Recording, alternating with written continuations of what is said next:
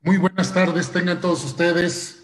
Pues bien, señores participantes de este simposio, el día de hoy vamos a cerrar con una magistral conferencia y vamos a cerrar con broche de oro con un gran personaje. Muy buenas tardes, tengan todos ustedes en México. Y me refiero al doctor Sergio Manuel Alcocer Martínez de Castro, que es investigador del Instituto de Ingeniería. El ingeniero Alcocer es investigador del Instituto de Ingeniería de la UNAM y es profesor de tiempo parcial en la Universidad de Texas en San Antonio. En la UNAM ha sido secretario general, coordinador de innovación y desarrollo y director del Instituto de Ingeniería. Fue subsecretario para América del Norte de la Secretaría de Relaciones Exteriores y subsecretario de Planeación Energética y Desarrollo Tecnológico de la Secretaría de Energía. Además, el doctor Alcocer es miembro del Comité Asesor en Seguridad Estructural de la Ciudad de México, es miembro extranjero de la Academia de Ingeniería de los Estados Unidos, es el expresidente y miembro honorario de la Sociedad Mexicana de Ingeniería Estructural y es presidente de la Academia de Ingeniería de México. En 2019, Sergio Alcocer recibió la medalla Charles Whitney del Instituto Americano del Concreto. Además, el doctor es ingeniero civil de la Facultad de Ingeniería de la UNAM y doctor en Ingeniería de la Universidad de Texas de Austin. Pues como les decía al principio, un gran personaje de la ingeniería civil en México, aparte buen amigo, tuve la oportunidad de conocerlo cuando era secretario general de la UNAM, donde nos hizo favor de invitarnos a la federación a ese gran proyecto del FIDEM, un proyecto que hasta la fecha sigue vigente. Y pues bueno, Sergio, pues muchas gracias por darte tu tiempo para darnos una grata conferencia en este noveno simposio de Ingeniería Civil que organiza el Colegio de Ingenieros Civiles de Aguascalientes. Pues bien, sin más preámbulo, la conferencia se llama Rehabilitación sísmica de la infraestructura física y educativa de México. Pues adelante, Sergio. Muchísimas gracias. Primero que nada, muy buenas tardes tengan todos, queridos amigos y amigas del estado de Aguascalientes. Quiero primero que nada agradecer al ingeniero Armando Roque por su gentil presentación y pues el afecto que nos une de tiempo atrás. Y pues en esta ocasión me da gusto podérselo expresar, aunque sea a la distancia, pero bueno, poderlo hacer de esta manera. Quiero agradecer a los organizadores de este simposio, particularmente al ingeniero Roberto Amador, quien pues me invitó a participar en este simposio. Me da muchísimo gusto poderlo hacer. Lamentablemente, como se conoce, pues no se puede hacer en persona, pero a través de estos medios de comunicación y de pues ahora integración, espero poder transmitir el mensaje que es para mí central, de que es la importancia de las escuelas en nuestro país, por ser esta una infraestructura en la cual pues son educados los jóvenes, los niños de nuestro país. Las escuelas, como sabemos, sirven como albergues en muchas ocasiones, son un centro de referencia para nuestras comunidades, es una de las infraestructuras más preciadas para nuestras comunidades y por ende tiene que ser un edificio al cual le prestemos una creciente atención, particularmente en lo que tiene que ver con su seguridad estructural. En esta ocasión me voy a apoyar en una serie de diapositivas que preparé para esta presentación relacionadas con el trabajo que hemos venido desarrollando en el Instituto de Ingeniería con la participación y con la colaboración del Instituto Nacional para la Infraestructura Física Educativa, el INIFED, tendiente a entender mejor los riesgos a los cuales está sujeta las escuelas mexicanas, tanto en por sismos o por inundaciones. Y me voy a referir en esta ocasión a uno de los trabajos que les hemos hecho al INIFED que es una guía técnica para la rehabilitación sísmica de la infraestructura física educativa. Este es un documento que ya está entregado al INIFED. Hay una versión electrónica en su primera producción, en su primera versión, que se le entregó al gobierno de la Ciudad de México. Para el INIFED se hizo una revisión de esta documentación, se amplió, se enriqueció, y espero que en próximas semanas esté disponible a nivel nacional. Esta es una guía que por primera ocasión tenemos en el país, en donde hemos logrado incluir información útil para la toma de decisiones de los dueños de las escuelas, ya sean estas privadas o bien públicas, en materia de su rehabilitación, es decir, de su reforzamiento, rigidización, recimentación, en fin, tengan o no tengan daño por sismo.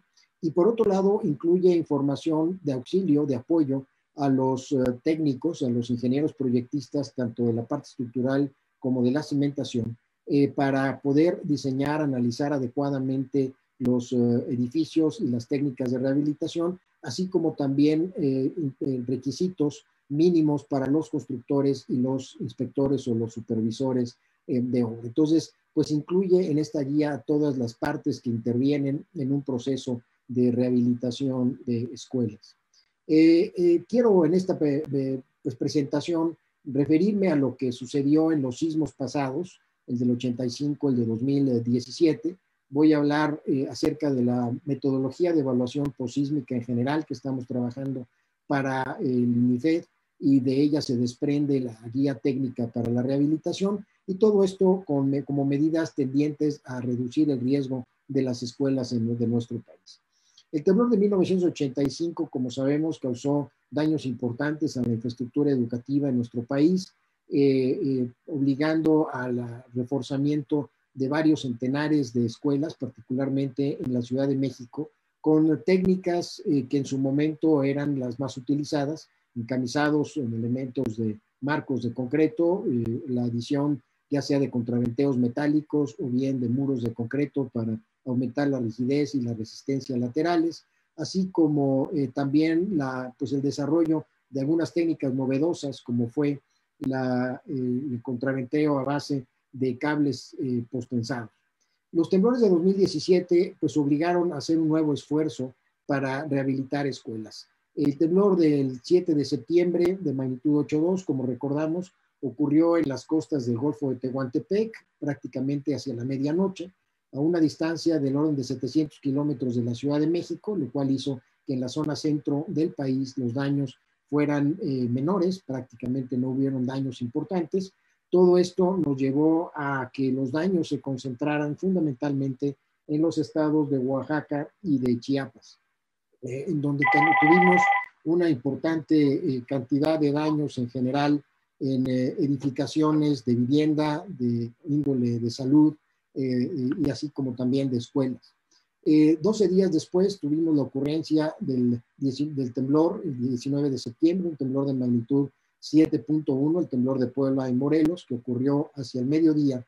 Aquí sí, con una distancia muy próxima a la Ciudad de México, del orden de 120 kilómetros, lo cual explica el daño que tuvimos en la Ciudad de México, en ciertas zonas de la Ciudad de México. En ambos casos los sismos tuvieron un origen parecido en cuanto a que son fallas de tipo normal, es el rompimiento de las placas. Una vez que la placa de Cocos ha subducido a la placa de Norteamérica, esta placa se rompe a una profundidad del orden de 50, 60 kilómetros, y estos son los dos temblores, tanto el del 7 de septiembre como el del 19 de septiembre, en su origen desde el punto de vista sismológico. Como sabemos, de acuerdo con datos estimados en el 2017, tuvimos daños por cerca de 2.5 mil millones de dólares, datos que seguramente en los próximos meses veremos corregidos ya una vez que se termine el proceso de reconstrucción.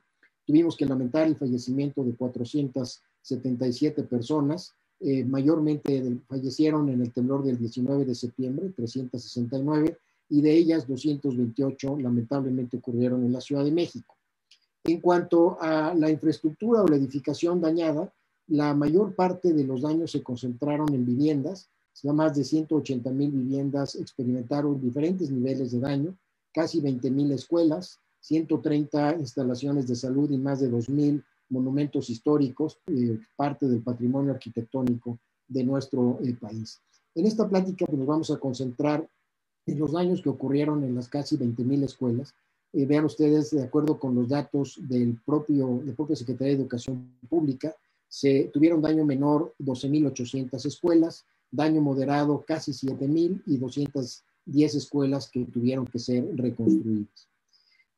Como parte de los trabajos que el Instituto de Ingeniería ha venido desarrollando para el INIFED, inmediatamente después de la ocurrencia de los temblores, el Banco Mundial se acercó a las partes, a la CEP y a nosotros, para poder desarrollar un proyecto denominado Servicio de Asesoramiento para apoyar la recuperación de la infraestructura escolar en México afectada por los sismos de septiembre de 2017, que tenía como objetivo lo que está planteado, generar conocimiento y evidencia sobre los daños y el proceso de recuperación de las escuelas, producto de los sismos del 7 y del 19, tal que le permitiera al INIFED definir una estrategia de recuperación, una estrategia que nos permitiera reducir la vulnerabilidad sísmica de la infraestructura escolar nueva y existente, al tiempo de construir una plataforma de información con los edificios que fueron rehabilitados. Una de las primeras lecciones que aprendimos de este apoyo es que la calidad de la información que se levantó por parte de los expertos del INIFED a nivel federal y a nivel estatal era muy heterogénea. En ocasiones teníamos información ausente sobre la localización de las escuelas. En la calle, la colonia, había coordenadas que no eran correctas, no se tenían planos o croquis adecuados para poder entender las dimensiones, la geometría, el tipo de edificación. Y por otro lado, nos fue difícil clasificar a las escuelas en función de los prototipos que el CAPSE y ahora más reciente el INIFED han venido desarrollando. Encontramos que cerca del 46% de los edificios que fueron dañados y cuya información fue levantada por nuestros colegas del INIFED federal o de los INIFED estatales correspondían a lo que denominamos atípicos, es decir, no correspondían propiamente a prototipos del CAPSE o del INIFED. En su mayoría, estas son escuelas de autoconstrucción en los estados de Puebla, Morelos, algo en el Estado de México, que son edificios que fueron construidos con el apoyo de los padres de familia y que no corresponden a ninguna configuración estructural conocida. Muchas veces son edificios de mampostería simple, algunos de mampostería a base de piezas de barro recocido o de bloques de concreto, ya sea sin confinamiento, sin castillos, sin dalas o bien sin una adecuada configuración que los pudiese suponer que son o que pertenecen a la mampostería confinada. Y pues estos edificios atípicos tuvimos que difícilmente analizar, no pudimos analizarlos completamente por la enorme heterogeneidad que tenían entre ellos. Una buena parte, como se menciona aquí, pues 46% de los edificios que corresponden en general pues son atípicos. Tenemos que concluir que la autoconstrucción debe erradicarse en la construcción de las escuelas, algo que estamos viendo como emergencia ahora con interés del gobierno federal de permitir que los padres de familia contribuyan a la construcción de las escuelas. Es algo que no debemos de permitir. Los daños o la evidencia que tenemos de los daños sostienen el hecho de que sería una mala práctica hacerlo. Por otro lado, también vimos que la evidencia fotográfica que se levantó para estas escuelas no era la idónea, justamente para poder establecer el nivel de daño. En estos mapas, el de arriba corresponde al temblor del 7 de septiembre, el de abajo al temblor del 19 de septiembre, se alcanzan a observar con distintos colores los daños referidos a las escuelas. Los marcadores de color rojo corresponden a los daños severos, amarillos moderados, verdes de carácter ligero. Vean ustedes que, como era de esperarse, en una buena cantidad de los daños de color rojo se refieren o están ubicadas en zonas cercanas al epicentro. Sin embargo, tenemos en algunos otros estados, caso de Veracruz, prácticamente en la costa de Veracruz, aun cuando las aceleraciones son mucho menores, tuvimos daños severos, daños moderados, que pueden deberse, por un lado, a condiciones locales o bien también se deben a una falta de mantenimiento en las escuelas. Los daños se concentraron en las estructuras de mampostería y en concreto, que son fundamentalmente las que más tenemos en los estados afectados, casos de Oaxaca y de Chiapas. En términos generales, podemos decir que los daños fueron más severos en las estructuras anteriores a 1985, aunque tuvimos daños en escuelas construidas posteriormente a 1985. Estas son algunas fotografías del tipo de escuelas de las que estamos hablando, los prototipos correspondientes al CAPSE y NIFED, las estructuras regionales, estructuras de un piso, que pueden ser de 2, 4, 8 aulas, de mampostería, algunas veces que cuentan con contrafuertes, como la fotografía. En otras ocasiones, los modelos más antiguos, de los años 70, principios de los 80, no tienen estos contrafuertes. Las estructuras de concreto, fundamentalmente resueltas a base de marcos, en su primera versión, en los años 70, posteriormente con muros de concreto, siempre con muros de diafragma en la dirección transversal.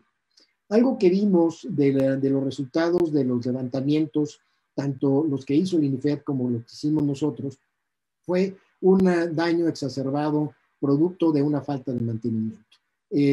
La cultura del mantenimiento en general en nuestras edificaciones es algo que tenemos que trabajar todavía más, y sin lugar a dudas en el caso de las escuelas no fue la excepción. Aquí hay fotografías pues muy elocuentes de falta de mantenimiento, fundamentalmente una mala calidad de la conservación de los inmuebles, en algunos casos incluso modificaciones de la propia estructura, así como también falta de impermeabilización a lo largo del tiempo.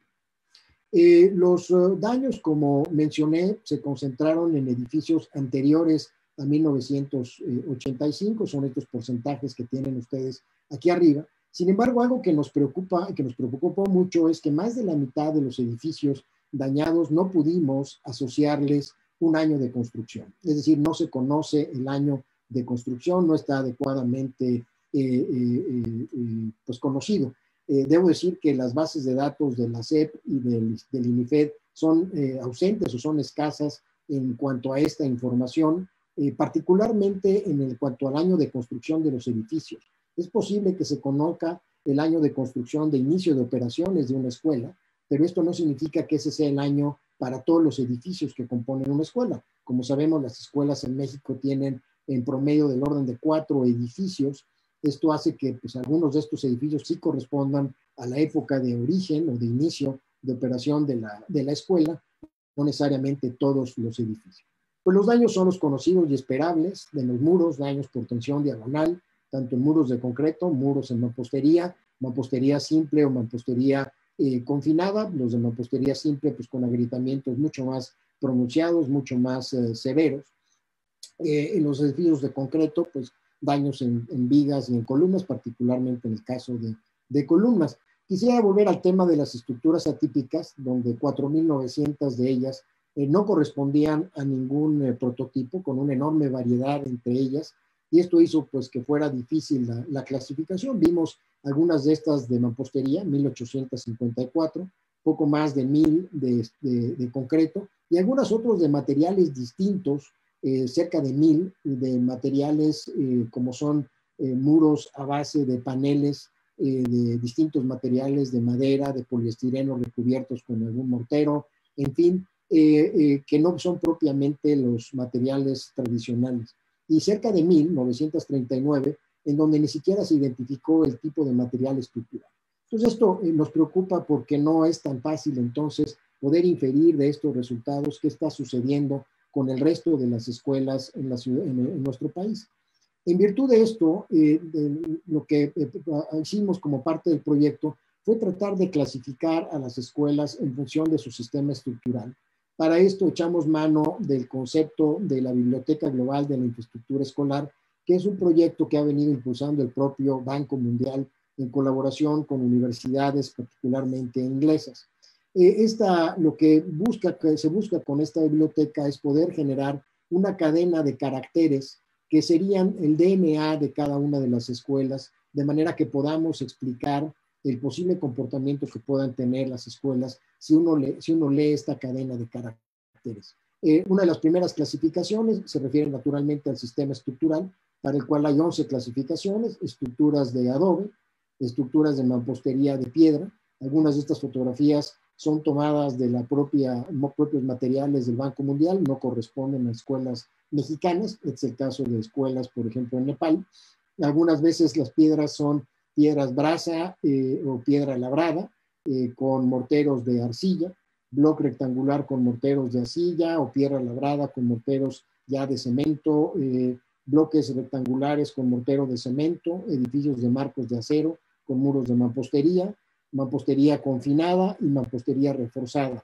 Vean ustedes que algunos de estos tipos no son usuales en nuestro país. Por ejemplo, no es usual utilizar morteros de arcilla para unir piezas labradas, por ejemplo. Sí es mucho más común los bloques rectangulares con morteros de cemento, que sería el número 8. Entonces, no todas estas son aplicables al país, pero estas son las 11 clasificaciones que vienen en esta clasificación del Banco Mundial.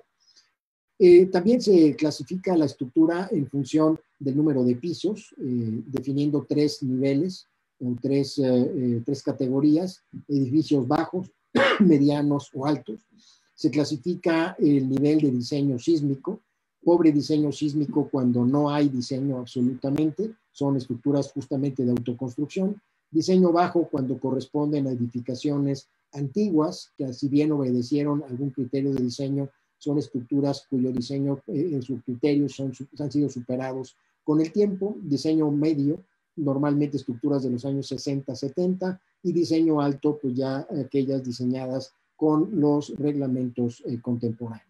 Entonces, atendiendo a estas clasificaciones, se llega a una serie de caracteres, como ven ustedes aquí abajo a la derecha, debajo de la fotografía, donde cada uno de estos valores obedece a los diferentes atributos que son medidos o que son estudiados para los tipos de estructuras. Lo que hicimos con esto fue entonces identificar edificios tipo de las escuelas mexicanas para poder entonces generar soluciones pues igualmente de carácter general que pudiesen ser utilizadas para fines de rehabilitación. Identificamos a 9 edificios, que le llamamos edificios índice, 4 de ellos de mampostería, con 1, 2, 3 y 4 aulas ubicados en las zonas sísmicas C y D, con contrafuertes, 3 de concreto de los años 70, de 1, 2 y 3 pisos, y 2 de concreto de los años 2000, en este caso la última modificación antes del temblor de 2017, que habían sufrido los prototipos de 1 y 2 pisos. Entonces, estos edificios índice los estudiamos numéricamente. Aquí hay algunos ejemplos de este tipo de edificaciones. Este corresponde a una escuela diseñada en los años 70, prototipo U2C, ubicado en la zona de Juchitán, es la escuela Eliodoro Charis Castro. Lo que hicimos fue modelar mediante software comercial, el caso de TAPS y de SAP, las estructuras, primero modelando a las estructuras en su versión original, si es que tenían o no tenían muros. Vean ustedes, aquí se tiene una curva que se obtuvo del análisis estático no lineal de la estructura. El desplazamiento corresponde al desplazamiento de la azotea, el cortante corresponde al cortante basal, en este caso es de un solo piso. Es una curva que, como se aprecia, tiene una importante flexibilidad y se alcanza su resistencia hacia el orden de un desplazamiento en la azotea del orden de 8%, de 8 centímetros. En la curva de color rojo se tiene el mismo resultado, pero ahora incorporando los muros como se planteó en los prototipos de planos de 1981, en los cuales se añadieron muros de concreto en la dirección larga. Veamos que hay una clara diferencia en el comportamiento, un incremento de rigidez muy apreciable, un incremento a su vez en la resistencia, pero al tiempo también una capacidad de deformación más reducida, en donde una vez que se agrietan y fallan los muros, la capacidad de la estructura disminuye de manera significativa. Este tipo de análisis lo repetimos para todos los edificios índice y los comparamos contra los espectros de capacidad. Los espectros de capacidad o las curvas de capacidad se presentan en un plano en donde en el eje de las X se refiere al desplazamiento, como he dicho, de la azotea del edificio de 1, 2 o 3 pisos. En la ordenada se presentan las aceleraciones espectrales o las aceleraciones para las cuales vamos a comparar el desempeño de la estructura. Se presentan aquí curvas de diferentes colores. Con color negro se presenta la idealización del comportamiento obtenido del análisis estático no lineal, siendo este análisis la curva rosada de color, perdón, de espesor un poco más grueso, con diferentes colores de azul y con diferentes marcadores de azul y de verde. Se presentan los espectros de diseño correspondientes a las zonas C y D para diferentes tipos de terreno, 1, 2 y 3. Recordando que la zona sísmica D en nuestro país pues es la zona que está a lo largo de la costa, desde Chiapas hasta Colima, también hacia el norte en la zona de Mexicali, la zona C un poco más tierra adentro, también incluye a estos estados, la zona B básicamente la zona centro. Los terrenos 1, 2, 3 se refieren a terrenos en roca firme y terrenos blandos. Las intersecciones de la curva negra o de la línea negra con los diferentes espectros se refieren al comportamiento que se esperaría en el intervalo elástico lineal. Es decir, para estos valores de diseño, si es que el sismo correspondiese a un espectro parecido a los espectros de diseño del Manual de Obras Civiles, tendríamos un comportamiento elástico de las escuelas, como nos gustaría o anticiparíamos, o bien con un comportamiento ya en el intervalo inelástico, como este marcador que se encuentra acá, pero todos ellos menores que el umbral establecido que se denomina de ocupación inmediata, que es básicamente el umbral a partir del cual nosotros estaríamos calificando el comportamiento de las escuelas.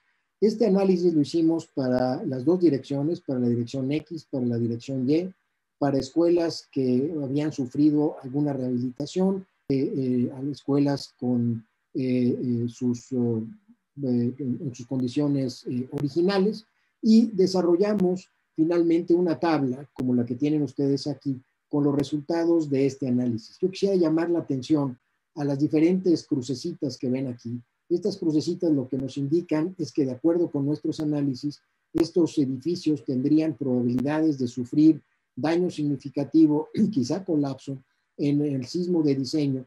Corresponden, como ven ustedes, a las escuelas que están ubicadas en la zona D, terrenos 2 y 3, que coinciden razonablemente con lo que vimos en los temblores, particularmente el temblor del 7 de septiembre, donde la mayor cantidad de daños severos ocurrieron justamente en los terrenos 2 y 3, que son los terrenos de planicies aluviales, el caso de Salina Cruz, Juchitán, y en terreno blando.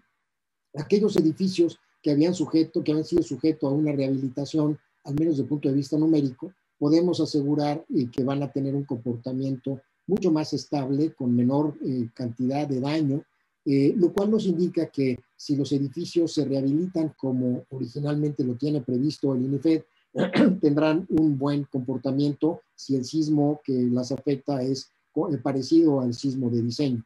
En el caso de estas cruces, lo que nos indica es que las estructuras regionales de mampostería no poseen en estos lugares la suficiente cantidad de muros para resistir adecuadamente los sismos. Estas son las escuelas que tienen que priorizarse en su intervención.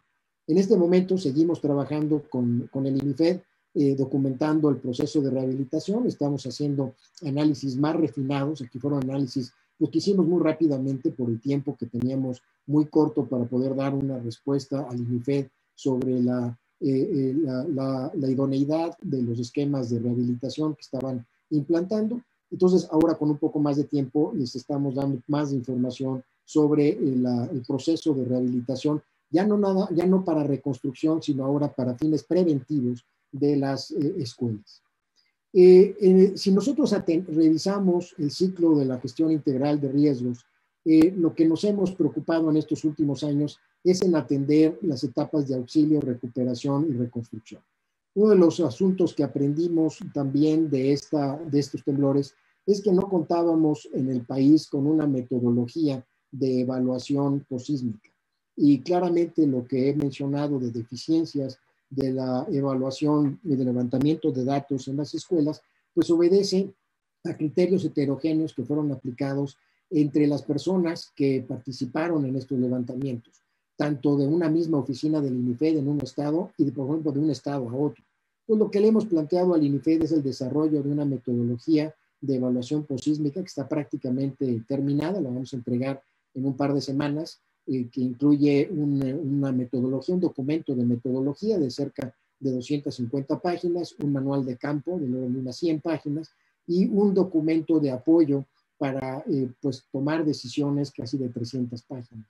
Y desarrollamos también un documento que es pues, la guía técnica de rehabilitación a la que yo me referí al inicio de esta plática, que es este documento que como dije, ya está listo.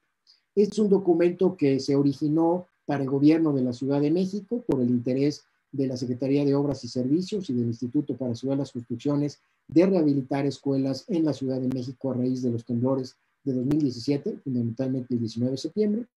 Y el INIFED también pues, le interesó que esta guía se pudiese extender para su aplicación en todo el país. Esta guía técnica tiene como objetivo pues, proveer reglas técnicamente sólidas, basadas en evidencia empírica, ya sea en resultados experimentales, en resultados numéricos de la intervención de edificios en México o en el mundo. Incluye requisitos mínimos para evaluación, análisis, diseño, construcción y aseguramiento de la calidad.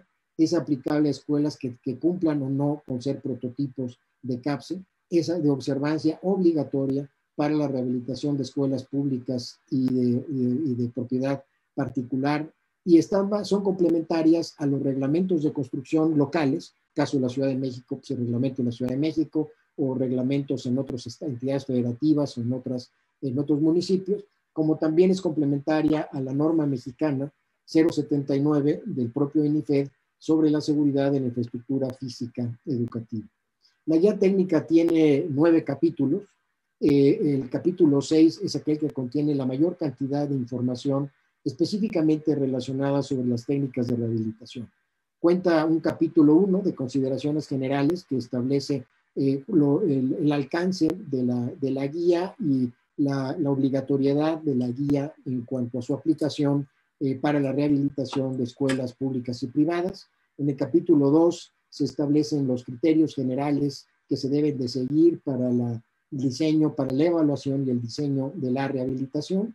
En el capítulo 3 específicamente se establece cuáles son las cargas que deben de considerarse en el análisis de la rehabilitación, qué factores de carga se deben de aplicar y factores de resistencia. No son los mismos factores de carga y no son los mismos factores de resistencia que para estructuras nuevas.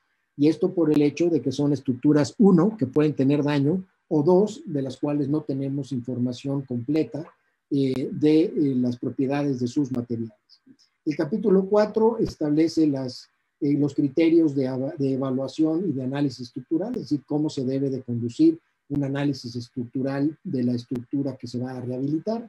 El capítulo 5, algunos aspectos generales de diseño, particularmente lo referente a la unión entre nuevos materiales, entre un nuevo concreto con un concreto existente, o bien entre el concreto existente y algún elemento metálico que se quiera unir a base de pernos, anclas, etc. Capítulo 6 ya habla de cada una de las técnicas de rehabilitación. Ahorita les voy a presentar con más detalle. Capítulo 7 se refiere a la durabilidad. Este lo incluimos precisamente atendiendo a los problemas de mantenimiento que habíamos visto en las escuelas, muchos de los cuales se debían tenían como resultado la corrosión del acero de refuerzo.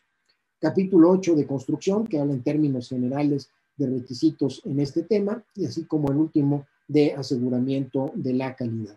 Este es el documento, la portada final del documento, es la misma escuela que presenté anteriormente, ya está entregado en su versión electrónica y estamos en un proceso de ajuste de cuestiones legales, de obtener los permisos para poderlo imprimir y poderse ya distribuir ampliamente. Incluye a sistemas estructurales como los mostrados, aquí hablo del caso de concreto, a base de marcos de 1, 2, 3 o más pisos, con muros de concreto, muros de diafragma de mampostería. Se describe para concreto, acero y mampostería los modos de comportamiento que con más frecuencia hemos visto para nuestras escuelas, como son fallas de vigas por flexión y tensión diagonal, fallas de tensión diagonal pura o fallas por flexión, compresión diagonal, en uniones viga-columna, fallas por portante. Tenemos también presentado para los diversos prototipos, los prototipos que con mayor frecuencia se utilizan o se han utilizado en el país, cuáles son los modos de falla que con mayor recurrencia hemos visto en temblores pasados. No solamente en temblores de 2017, también los hemos visto en temblores en 1985 y otros anteriores. Y tenemos en el capítulo justamente 1 una discusión alrededor de cómo debe de tomarse la decisión sobre cuándo debe de utilizarse la adición de muros, como ven ustedes en la foto de la izquierda, o bien en la foto de la derecha, la colocación de contraventeos metálicos. En el capítulo 6, que me refería yo, tiene la mayor cantidad de la información de todo el documento, tiene a su vez 16 secciones. Una primera sección que explica el alcance de este capítulo. Después tenemos 4 secciones de reparación local, reparación de grietas, reemplazo de elementos y conexión de elementos, que se refiere a aquellos aspectos de reparación en general o de conexión que se tienen que cuidar para poder echar a andar o para poder implantar otras técnicas de rehabilitación que van a requerir de las primeras. Cuando hablamos, por ejemplo, de reparación de grietas, me refiero a cómo debemos y cuándo debemos de inyectar con resina epóxica las grietas de un elemento, llámese concreto, llámese mampostería, si fuera el caso, cómo debe de inyectarse las grietas, qué cuidados se deben de tener durante la inyección, qué cuidados se deben de tener o qué criterios se deben de establecer y de aplicar para aceptar un elemento reparado con resina epóxica, que aceptar lo que haya sido reparado adecuadamente. De las secciones 6.6 a 6.13 tenemos propiamente la descripción de las diversas técnicas de rehabilitación, las que se han utilizado con mayor frecuencia, encamisados de elementos de marcos, de muros, adiciones de muros contraventeos, cables de postensado y de muros diafragma. En las últimas 2 secciones estructurales, la separación de pretiles y la colocación de sistemas de protección pasiva. Y finalmente el capítulo o la sección de cimentación. Quiero destacar que en la sección 6.14 incluimos explícitamente un apartado de separación de pretiles porque fue obvio durante la evaluación de los daños que los pretiles, ya sea por deficiencia constructiva o de diseño, se construyen contra las columnas de concreto acero fundamentalmente, y esto ha hecho que las columnas de concreto acero se trabajen como columnas cortas y eventualmente se deteriore su comportamiento por cortante, incluso provocando el colapso parcial o total de los edificios.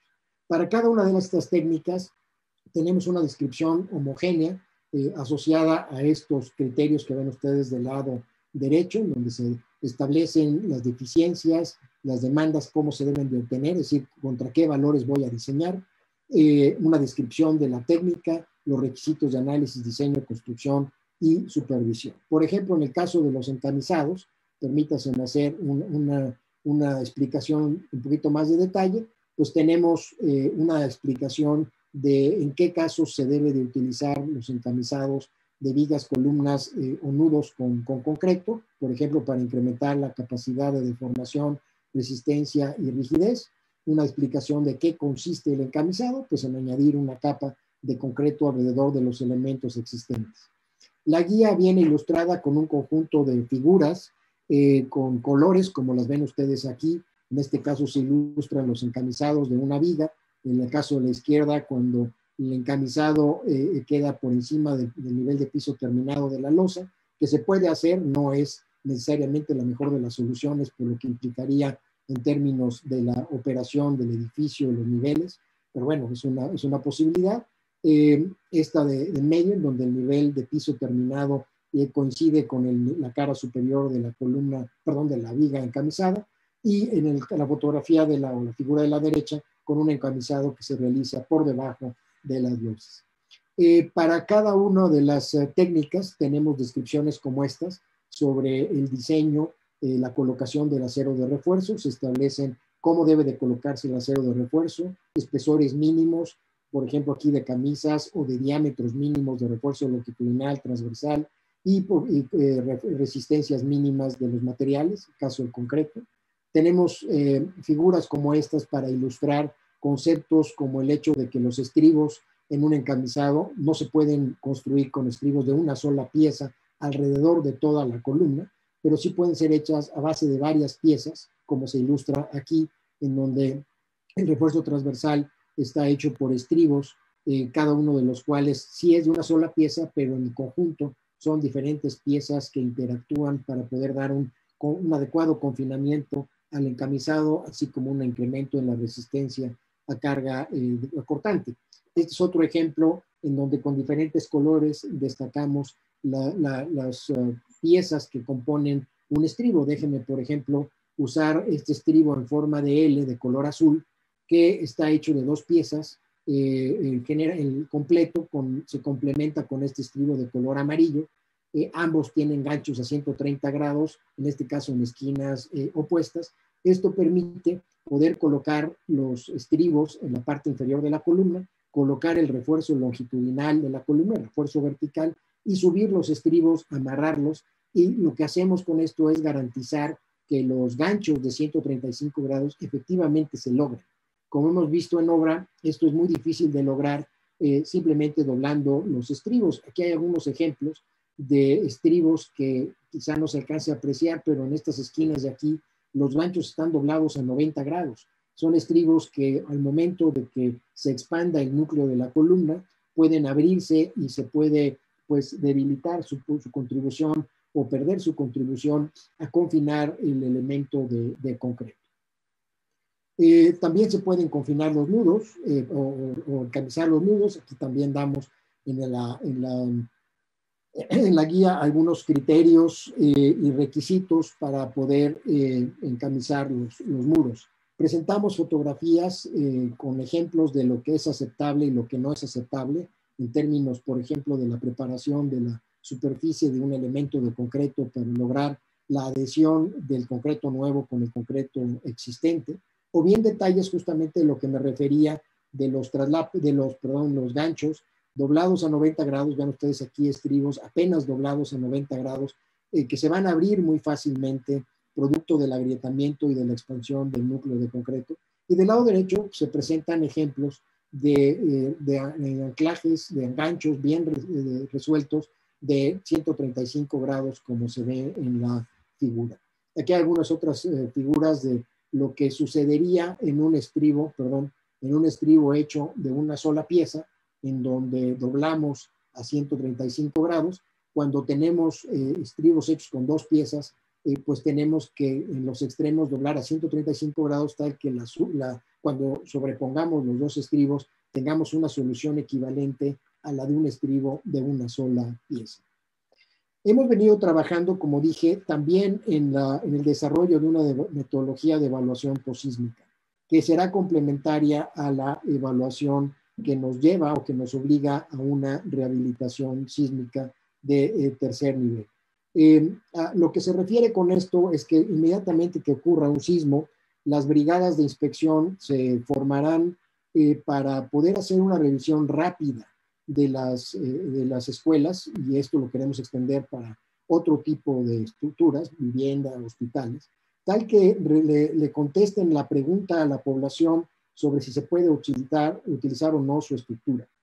Esto es muy importante porque frecuentemente nos olvidamos que las metodologías de evaluación están dirigidas a darle información a la población, no a obtener información por parte de los ingenieros. La razón de esto, ya lo he explicado anteriormente, aquí lo vuelvo a recalcar, es la heterogeneidad que vimos, las inconsistencias que vimos en los levantamientos de información de escuelas. Vean ustedes que aquí, una escuela dada, tenemos que para el edificio A se dice que el edificio no tiene daños. Sin embargo, esta es la fotografía correspondiente a ese edificio. El edificio C, que es una estructura atípica, dice que tiene nodos fisurados y en riesgo de colapso. Esta es la estructura C. Primero, no tiene nodos porque la estructura es a base de muros, y segundo, no se ve que esté en riesgo de colapso. Y tercero, tenemos una estructura, el edificio E, atípico, que dice que no tiene daños, y aquí están algunas fotografías del daño del edificio E. ¿Qué pudo haber ocurrido? Que probablemente las fotografías estén mezcladas, esa es una posibilidad, o bien que francamente la evaluación fue mal hecha y no correspondió a los edificios de esa escuela en particular. El punto es que tenemos inconsistencias en el levantamiento de la información. Entonces, lo que estamos planteando con esta metodología de evaluación son 3 niveles. La metodología de evaluación rápida, que pretende contestar a la pregunta de si se puede entrar y usar el edificio. En este caso estamos hablando de escuelas, pero podríamos pensar en hospitales o en viviendas. La respuesta debe ser sí, no o tengo dudas. Si la respuesta es sí, le colocaría yo un aviso de color verde. Es un aviso que queda público, que queda colocado en el edificio para que todo el mundo pueda ver que ese edificio fue revisado y está clasificado en color verde. Si no se puede entrar porque es daño severo en la estructura, se coloca el color rojo. Y si hay dudas, el amarillo, lo cual implica que no se puede entrar, salvo para sacar algunas pertenencias en condiciones controladas. Esta metodología está pensada para aplicarse inmediatamente después del sismo, es decir, días o horas después de la ocurrencia del sismo. Una vez que han pasado algunos días, se termina ya la evaluación rápida de todas las escuelas, en este caso, que están en la zona. Aquellas que fueron diagnosticadas con color amarillo o rojo, se revisan en un segundo nivel, con un nivel un poco más profundo, un poco más detallado, para poder preguntar primero si se confirma el aviso del nivel 1, de este nivel de evaluación rápida, y por otro lado, para poder contestar la pregunta de que si se puede rehabilitar el edificio o bien se recomienda demolerlo. Si la respuesta es se recomienda demolerlo, se tiene que dar aviso a la autoridad para que la autoridad, haciendo una revisión cuidadosa, finalmente determine si se demuele o no. Si se te requiere rehabilitar, se pasaría a un tercer nivel, que es un nivel en donde se aplican justamente la guía técnica que acabo de mostrar, que acabo de explicar. Aquí están los documentos que vienen para cada uno de los niveles. El que está en color anaranjado rojo corresponde a la guía técnica que ya entregamos y que acabo de explicar. Y los otros 3 son los documentos que en el transcurso de este mes estaremos entregando al INIFED para que eventualmente se puedan hacer públicos. El primero de estos, que es la metodología, pues describe justamente eso, la metodología de evaluación prosísmica. Lo que busca la metodología es que haya una uniformidad en la clasificación del daño de los edificios. Es decir, en donde si van 2 ingenieros a la misma escuela en momentos distintos, el resultado de la inspección sea la misma, sea el mismo resultado. El resultado se va a plasmar, como lo he dicho, en avisos de color verde, amarillo y rojo, en cada uno de los edificios. El blanco es un resumen que se colocará afuera de la escuela, en la puerta de la escuela, para que se señale, por ejemplo, el edificio o cuerpo, biblioteca, está en verde, el salón de aulas 1 pues estará en amarillo, el edificio de la dirección pues estará en color rojo, qué sé yo. Entonces, para cada uno de los edificios o cuerpos se va a llenar este formato blanco que se colocará, insisto, afuera de la barda, en la barda de la escuela, en las entradas que tenga la escuela. A veces las escuelas tienen más de una sola entrada, sobre todo están en esquina, tienen al menos 2. Entonces, en ese caso, pues, se tiene que colocar 2 de estos resúmenes de los resultados. Los otros de color van afuera de cada uno de los edificios. Vean ustedes que tienen en el lado derecho información sobre la escuela, es decir, el nombre de la escuela, ubicación, coordenadas, quién fue el inspector, y en el lado de la izquierda el resultado propiamente de la evaluación, en el caso del amarillo y rojo, con una descripción de los daños que tiene la escuela. Aquí está pues un detalle de lo que incluye este resumen de los daños. Estamos planteándole al INIFED que se tenga un código de barras o un QR para que se pueda leer la información rápidamente. Este es el color verde, el color amarillo y el de color rojo. Viene acompañado con un croquis, si es necesario hacer un croquis, de áreas que se debe de restringir el acceso, caso por ejemplo de zonas en donde pueda desprenderse un pretil o ya se haya desprendido un pretil o esté en peligro o haya una fuga, en fin, donde se tenga que limitar el acceso de las personas. Se tiene que llenar un formato, este es el formato que ahorita tenemos en Excel, estamos justamente trabajando para que sea un formato pues, mucho más agradable, mucho más bonito desde el punto de vista estético y más funcional, pero bueno, es un formato para la evaluación rápida que lo tendremos en papel y la intención es que este se traduzca a una aplicación electrónica de manera que al momento de hacer el levantamiento de la información se pueda levantar en una herramienta electrónica. Con esta herramienta electrónica la información rápidamente quedaría capturada. La metodología tiene 15 capítulos, además de una serie de glosarios y de anexos. Es un documento en donde, describe en los capítulos 4 a 6, es propiamente en la parte central del método. Tenemos los capítulos 7 a 9, en donde explica específicamente qué se debe de buscar si vamos a evaluar una estructura de mampostería, concreto o acero. En ocasiones nuestras escuelas están sujetas a peligros geotécnicos, por ejemplo, un deslizamiento de laderas, lo tratamos en el 10. En el capítulo 11, otro tipo de peligros como pueden ser en el caso no estructurales, como pueden ser equipos, ornamentos, los pretiles que mencionaba. 14, cuando existen materiales peligrosos, nuestras escuelas tienen laboratorios, manejan gases, manejan sustancias, es importante que se sepan inspeccionar. Y después tenemos algunos capítulos relacionados con qué hacer con la comunidad, cómo comunicarle a la comunidad educativa, a los padres de familia, a los profesores, el estado en que se encuentran las escuelas. Esta metodología se ha plasmado en un manual de campo que pues, lo que hace es resumir la metodología, una metodología que se aplica en la fase de auxilio, es decir, inmediatamente después de la ocurrencia de un sismo.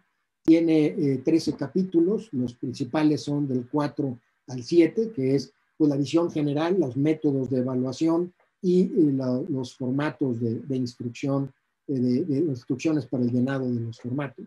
Y tenemos otro documento que es complementario al volumen 1, en donde explicamos con cierta profundidad cuáles son los atributos de una estructura, es decir, qué es eso de resistencia, rigidez, amortiguamiento, para que quienes apliquen la metodología, que no van a ser ingenieros estructurales, a veces serán ingenieros civiles, en otras ocasiones serán arquitectos, o bien serán personas que se han dedicado a la construcción con mucha experiencia, pues que tengan un conocimiento mínimo y puedan hablar el mismo lenguaje. Tenemos en este documento una descripción sobre todo de los modos de comportamiento y de falla más frecuentes en estructuras de mampostería, concreto y acero, y una explicación somera de los peligros de origen geotécnico y geológico, como son los asentamientos, agrietamientos, etc. Este es el contenido de este volumen 2. La parte más amplia de explicación está en los capítulos 6 a 9, que son pues para cada uno de los sistemas constructivos, por ejemplo, materiales, estructuras de concreto, tenemos marcos de concreto, para cada uno de los marcos de concreto, o más bien marcos de concreto, tenemos una descripción de los modos de falla más frecuentes, por ejemplo, por flexión, por tensión diagonal pura, por flexo, tensión diagonal, flexión, compresión diagonal, falla de traslapes por adherencia, etcétera, etcétera. Pues para cada una de ellas tenemos una descripción y tenemos fotografías. Entonces creo que es muy, muy útil, pues no solamente para fines de evaluación, sino para un curso de licenciatura o de maestría que los pues, alumnos de arquitectura e ingeniería van a tener información. Como mencioné, hay un segundo nivel de evaluación. El rápido es este que nos lleva al verde, amarillo y rojo. Una vez que tenemos el rojo o el amarillo, tenemos que aplicar una metodología de evaluación intermedia que nos permita discriminar qué tan segura es nuestra estructura o qué tan urgente es su rehabilitación. Entonces, esto se ilustra aquí en este diagrama de flujo. Estamos hablando de esta metodología intermedia, en donde lo que hacemos es basado en algunos conceptos de colegas de otros países, caso de Grecia, se aplica de modo de poder, utilizando una tabla como esta, decidir qué hacer con nuestra escuela. Lo que hemos definido, como se ha definido para la Ciudad de México, son niveles de atención prioritaria.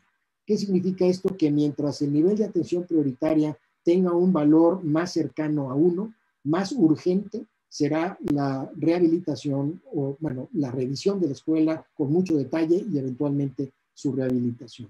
Mientras el NAP sea más alejado de 1, como es el caso de 9, ese sería el caso de estructuras que requieren con menor urgencia su revisión a profunda o francamente no se requiere. Esta definición de estos valores, establecimos 9 niveles, dependerán de la relación entre capacidad a demanda que la metodología nos arroja, que se refiere a la capacidad que tiene de desplazamiento la estructura contra la demanda que le impone el sismo de diseño, en este caso los espectros de diseño, y se hace una revisión también de los niveles de daño o bien de las distorsiones que tiene la estructura. Si, por ejemplo, si yo tengo que mis elementos estructurales tienen daño severo, no me importa la relación capacidad-demanda, le voy a asignar un nivel de atención prioritaria 1, mientras tanto le mantengo el color rojo en el aviso, y esto me lo llevaría a aplicar la guía técnica de rehabilitación para que se decida cómo rehabilitar la escuela o incluso de plano cómo, si se tiene que demoler.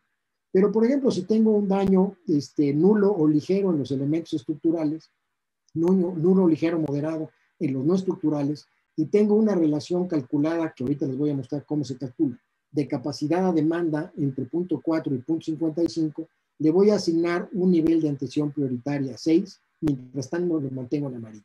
¿Qué significa NAP 6? Eso lo tiene que definir cada una de las autoridades locales educativas. Lo que ha hecho el gobierno de la ciudad es definir para, por ejemplo, el NAP 1, que tiene que ser urgente, su rehabilitación inmediatamente se tiene que hacer. Para otros niveles de atención, por ejemplo, como sería el 3, 4, les ha asignado o les ha dado un tiempo, un periodo de gracia, mientras puedan utilizar la estructura, pero en ese periodo tienen que hacer el estudio de evaluación profunda sobre cómo se requiere rehabilitar la escuela. En el caso de los NAPs más grandes, 8 y 9, esos se pide o se da hasta 2 años, 3 años, para que se haga el estudio de evaluación y eventualmente, si se requiere, se haga la rehabilitación de las escuelas. Entonces, con esto lo que estamos haciendo es establecer un orden de prelación sobre qué escuelas requieren intervenirse, o qué edificios más bien, requieren intervenirse antes que otros. Una escuela puede tener un NAP 1, puede tener otro NAP 5 y puede tener un NAP 9, en donde puede haber en ese edificio NAP 9, pues un edificio que está reciente, seguramente, muy bien diseñado, muy bien mantenido, no tiene problemas. Ese no tenemos que revisarlo urgentemente con mucha profundidad, pero otro que tiene daños severos, etcétera, como que por eso está como NAP 1, pues ese sí tiene que ser revisado con toda prontitud. Aquí hay un ejemplo que les quiero presentar rápidamente, es el caso de una escuela en la zona de Juchitán, que tiene claros como los que ven ustedes aquí, en la dirección corta, que sería la dirección Y de 8 metros, claros en la dirección corta de casi 3.2 metros, que definen a 3 aulas y unos baños y escaleras que están entre los ejes E y G. Este es el modelado de esta estructura. Estos son los valores de materiales, que en la metodología, como le estamos planteando, partimos de valores estándar o valores por default, que se pueden modificar o ajustar si es que hay información más precisa del F'C o del Fy. Si alguien me puede decir, oye, en la escuela yo ya le saqué núcleos de concreto y determiné que el F'C son 225, bueno, pues porque puede modificar el valor a 225 y no utilizar 200. Lo que buscamos con esta metodología, o lo que consiste, es finalmente en calcular la distorsión, o sea, el desplazamiento lateral demandado por el sismo y que es crítica en el entrepiso más, a su vez más crítico, el entrepiso más vulnerable de la estructura. Si el edificio es de un piso, pues es obvio que el entrepiso más vulnerable es 1, pero si tenemos un edificio de 4 pisos, no siempre el más vulnerable es la planta baja. Podemos tener por algunos cambios de rigideces, algunos cambios en muros que se han interrumpido, qué sé yo, podemos tener un entrepiso que sea más vulnerable que el de la planta baja. Entonces, lo que queremos con la metodología, primero es identificar cuál es el entrepiso crítico. Segundo, calcular cuáles son las resistencias asociadas a ese entrepiso crítico para determinar cuál es el modo de falla que puede tener ese entrepiso crítico y después poder calcular cuáles son las capacidades que en función de ese modo de falla puede tener la estructura para poder determinar qué tan urgente es su rehabilitación. Se tienen aquí una serie de ecuaciones que pues, corresponden esencialmente a ecuaciones de la dinámica estructural para poder determinar la configuración lateral del edificio. Por ejemplo, el caso de edificios que tienen plantas bajas flexibles o bien que tienen una distribución razonablemente continua en la altura del edificio. En algunos casos los edificios tienen muros diafragma que, como sabemos, responden mediante la formación de puntales de compresión, o incluso los edificios pueden ser de muros de mampostería de carga, para lo cual lo estamos simulando que van a resistir mediante puntales de compresión. Estos estudios se hacen tanto para la dirección X como para la dirección Y. Si ustedes revisan, me voy a regresar, para aplicar esto lo que se requiere es determinar rigideces, y para determinar rigideces necesitamos alturas de columna, que se refiere a esta HCL, necesitamos módulos de elasticidad y áreas de columna. Esencialmente lo que necesitamos es la geometría del edificio. Los valores de propiedades de los materiales los podemos suponer, como dije aquí, con estos valores que podemos iniciar con ellos. Y para calcular incluso las resistencias, ahorita lo vamos a ver, hemos planteado poder utilizar valores mínimos si es que tenemos el año de construcción. Este es el modo o los modos de falla que podemos pensar en el caso de un edificio a base de marcos de concreto, en donde las columnas pueden fallar mediante la formación de articulaciones plásticas en sus extremos, bien por cortante casi siempre a la mitad de la altura de la columna, por fallas de anclaje en las partes superiores de la columna, porque el refuerzo longitudinal de la columna no se continuó adecuadamente, por traslapes, que normalmente se ubican en la base de las columnas, por traslapes insuficientes que llevan a fallas de adherencia en los traslapes, fallas en los nudos, fallas en losas planas, fallas de punzonamiento, o bien la falla deseable, que es la falla por articulación plástica en la viga. Esto es lo que nosotros quisiéramos obtener, pero nuestros edificios anteriores a las versiones modernas de reglamentos tienen mayor probabilidad de presentar fallas entre la B y la G.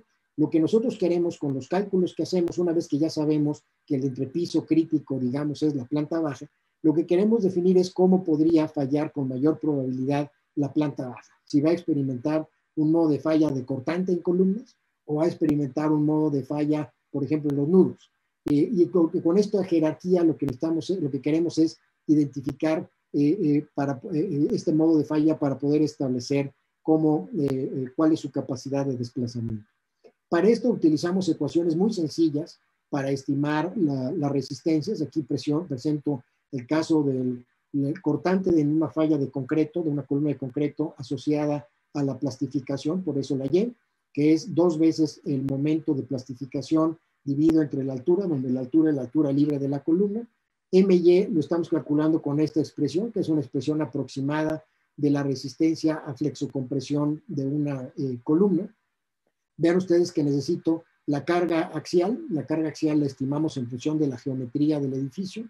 Necesitamos la altura de la columna, el F'C, el ancho de la columna, una estimación de la cantidad de área de acero, que la suponemos de función de la edad del edificio, y hicimos unas tablas en donde hemos visto cómo varían la cuantía longitudinal de refuerzo longitudinal de las columnas o de refuerzo transversal. Suponemos los recubrimientos y con esto podemos calcular, tener una idea, una estimación de la resistencia de las columnas. Y lo mismo podemos hacer para los otros modos de falla y para poder jerarquizar cuáles son las que nos ocurren. El mecanismo deseable es tal que esta relación de falla sea mayor que la asociada a la defluencia de vigas. Si esto ocurre, el modo de falla sería de vigas y sería pues, el modo de falla deseable.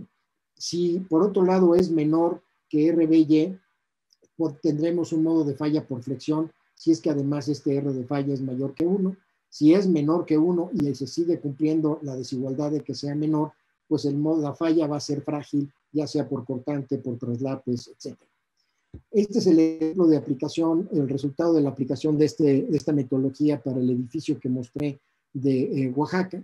Nos deben de interesar los valores más bajos de estas barras, que son, en este caso, los valores asociados al color anaranjado, que son, como ven ustedes aquí, el asociado a la falla de corte de columnas. Aquí lo que nos dice es que, siendo el más bajo, el color anaranjado, el modo de falla que controla para esta escuela es el modo de falla de corte de las columnas en el entrepiso. Este de acá corresponde, esta fue la dirección X, esta es la dirección Y. Vean que para la dirección Y, la barra que controla es la de color verde, que es la asociada a la formación de articulaciones plásticas en vigas. Entonces, en la dirección Y no está tan mal el edificio, el problema está en la dirección X. En función de esto, y no voy a entrar en demasiado detalle, podemos estimar cuál es el nivel que más crítico para el cual debemos de hacer el estudio, y con base en eso comparamos la capacidad contra la demanda, aquí utilizando espectros ya sea de diseño, como es este espectro verde que ven ustedes aquí, o también podemos utilizar espectros de respuesta que se hayan medido o estimado para la edificación. Aquí lo hicimos con estos espectros de respuesta que el doctor Leonardo Ramírez amablemente me ayudó a calcular para la ubicación de esta escuela para el sismo del 2017, para poder calibrar el método, pero ya para la aplicación en general del método, pues utilizaríamos espectros de diseño, estos correspondientes a la norma mexicana del INIFED, que es muy parecida al manual de obras civiles. Estimamos las demandas para determinar cuál es el prepiso crítico. Hay un conjunto de cálculos que tenemos que hacer, pero sobre todo lo más importante es ver cuál es la relación final de capacidad a demanda de la estructura, entendida como la capacidad de rotación de la estructura, y D es la demanda que le impone, en este caso, el espectro de diseño que estamos planteando, el espectro de respuesta. Teniendo este valor de 0.51, se ingresaría, o 0.18, se ingresaría a la tabla que mencionaba anteriormente. Aquí, de acuerdo con el cálculo que hicimos, el modo de falla sería controlado por cortante en columnas. Vean ustedes, estas son las fotografías de esta escuela que efectivamente en la planta baja experimentó agrietamiento por corte en columnas. Está tomado en cuenta el hecho Doctor, de que... a 5 minutos de terminar. Ya estoy acabando. Aquí en el pretil está adosado a las columnas y consecuentemente el modo es por cortante. Aquí hay algunas otras fotografías. Y bueno, pues ingresaríamos a una tabla como esta para poder definir qué hacer con ello. En este caso, dado que el daño es severo, no me importa la relación de capacidad-demanda que calculé, tendría que mandarlo a NAP 1. Pero imaginen ustedes que esta escuela no hubiese tenido daño severo, pero sí le hubiese calculado un valor de 0.51, pues le hubiésemos asignado un valor de NAP 6, entendido este NAP 6, como dije, en función de lo que cada autoridad local educativa, que pues le daríamos un plazo de tiempo para que pueda presentar un análisis detallado de la escuela. Estamos convirtiendo esta metodología adaptándola a un levantamiento electrónico en donde se pueda hacer un croquis electrónico y hacer un levantamiento de la geometría del edificio. Como dije, lo único que requerimos son los números de ejes, los claros, las alturas libres. Partiríamos de una serie de menúes para que se pueda seleccionar el sistema estructural con valores tipo que se pueden ajustar por el F' de 200. Empezaríamos con ese valor. Si se tienen valores distintos o se conocen los valores, se podrían incluir los valores propios del concreto, del acero, lo que se requiera. Y el resultado final es esta tabla que tienen ustedes a la derecha, que nos dice, bueno, para esta estructura, el nivel crítico fue la planta baja y esto está asociado a un NAP 2, bueno, aquí está en 2 romano, pero bueno, va en NAP 2 arábigo, y ya con eso, pues, la autoridad local educativa sabe qué hacer. Estamos trabajando con todo esto. Lo que queremos es implantar una estrategia preventiva y haciendo énfasis en la importancia del mantenimiento. Eso es algo que queda como una actividad futura para trabajar con el INIFED. Esta estrategia preventiva, lo que queremos es, pues, incorporar también la variable del grado de marginación.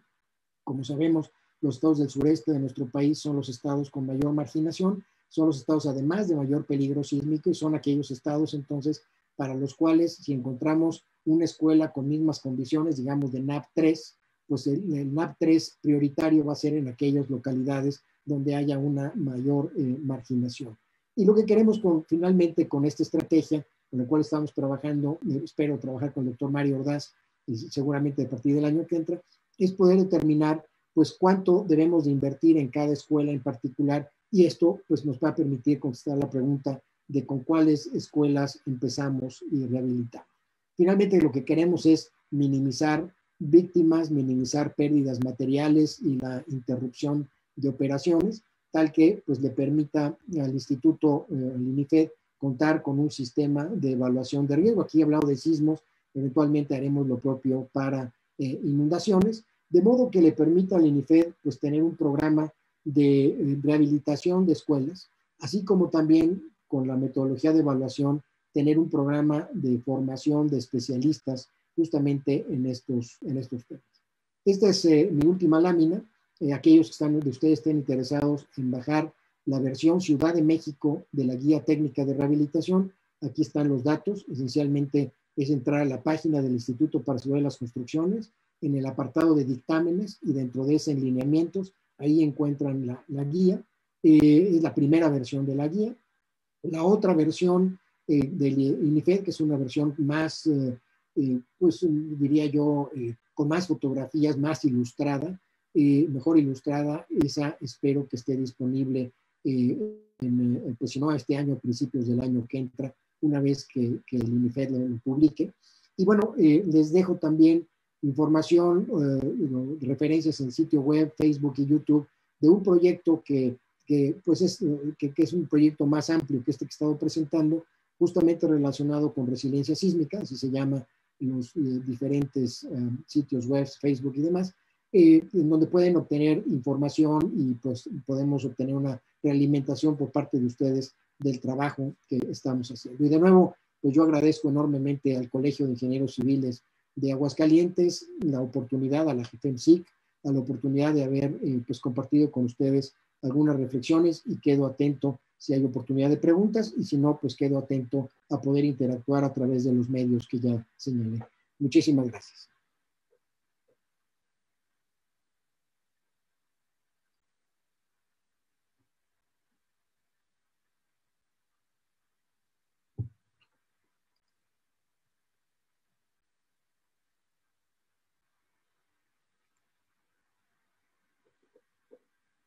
Gracias al doctor Sergio Alcocer.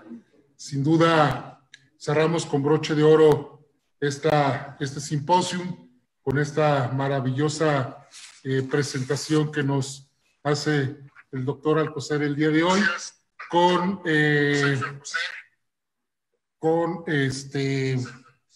la rehabilitación sísmica de la infraestructura física educativa en México.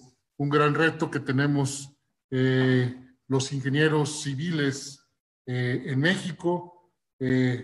Desafortunadamente tuvimos afectaciones importantes en los sismos pasados, y bueno, pues la intervención de la ingeniería civil mexicana es muy importante para poder sobrellevar este reto que tenemos de la reconstrucción de las escuelas que tenemos afectadas, provocadas por el sismo. Doctor, lamentablemente ya el tiempo está muy ajustado.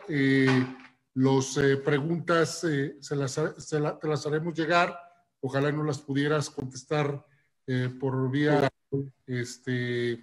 electrónica, y pues agradecerte mucho tu disposición al presentarnos esta magnífica conferencia.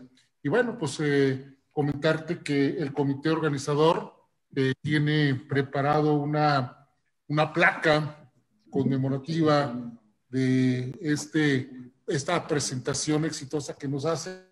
Muchas gracias.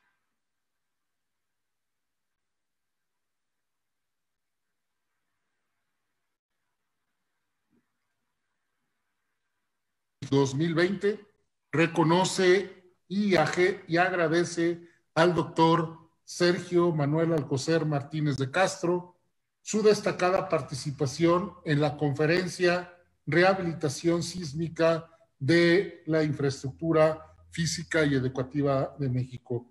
Lo firma nuestro presidente del Colegio de Ingenieros Civiles de Aguascalientes, el ingeniero Francisco Díaz de León, presidente del 27º Consejo Directivo.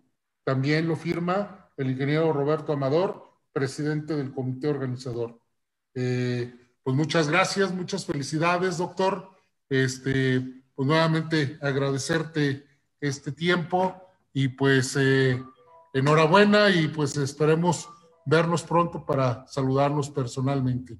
Muchas gracias. Muchas gracias. Gracias. Gracias, muchas gracias a todos, muchas gracias a los organizadores y muchas gracias, Armando, por tantas gentilezas, muy amables. Muy amable. Pues bien, ahora yo les quiero pedir al público que no se retiren porque vamos a tener la ceremonia de clausura. Denos unos 2 minutitos para montar aquí el escenario y poder entrar en la clausura de nuestro 9º simposio de Ingeniería Civil organizado por el Colegio de Ingenieros Civiles de Aguascalientes. Por mi parte, muchas gracias. Buenas tardes.